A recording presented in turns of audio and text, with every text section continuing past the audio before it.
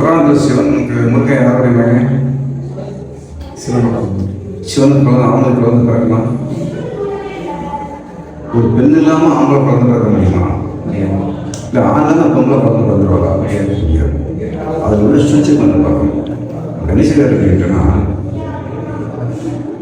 சூரனுங்கிறவன் ஒரு பெரிய கொடுமையான சூரன் யாருன்னா உலகத்தில் வரக்கூடிய பெரிய ஒரு இறைஞ்சல் நமக்கு இயற்கையில் வரக்கூடிய அதுதான் சொல்கிறேன். வரணும் கிடையாது.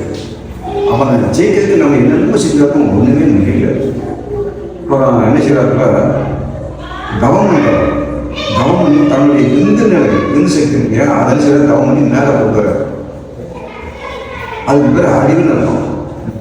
கீழே நோக்கும்போது அது காமம், மேலே நோக்கும்போது ஞானம். அப்போ மேலே வந்தோம்னா அதுக்கு அப்படியே ஜோதி ஜீவஜோதி, அதாவது அது ஒளி வட்டமாக இருக்கு. அந்த ஒளி வட்டம் வந்து அவருக்கு இருக்கிற சக்தி அடக்கி அதில் நினைச்சோட ஒரு சக்தி அதுதான் முருகன். அதுபோல நாமளும் செய்யறோம். அந்த தவத்தை பண்ணும்போது அந்த மேலே அந்த சகசிரத்தை கொண்டு வரும்போது நமக்கும் தெய்வீகத்தனம் கிடைக்கும். அப்போ முருகனே நாமளே முருகனே ஆகிடும். அதை இப்படிதான் எல்லாருமே ஒவ்வொரு கடைபிடிக்கிறோம். இதுக்கு பேர் தான் தவறு இல்லையா, வேற ஒன்றும் கிடையாது.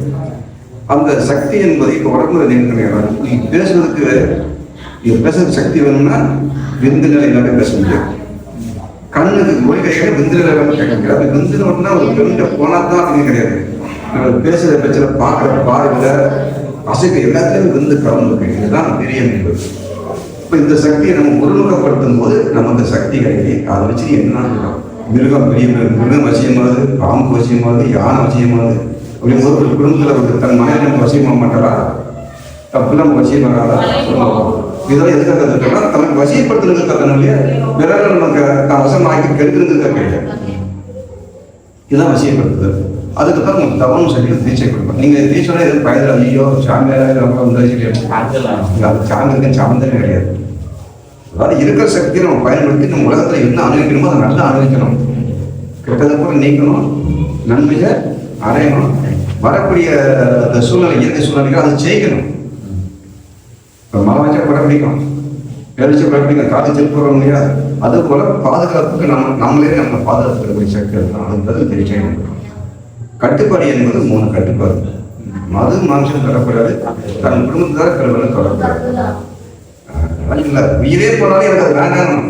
உயிர் நேற்று நாளைக்கு போகும்போது அதுக்காக நம்ம நினைச்சுக்கிறது அந்த வேலைக்கு தான் வச்சுருக்கோம். மற்றபடி அந்த இயற்கையில் என்ன செய்யணும்னா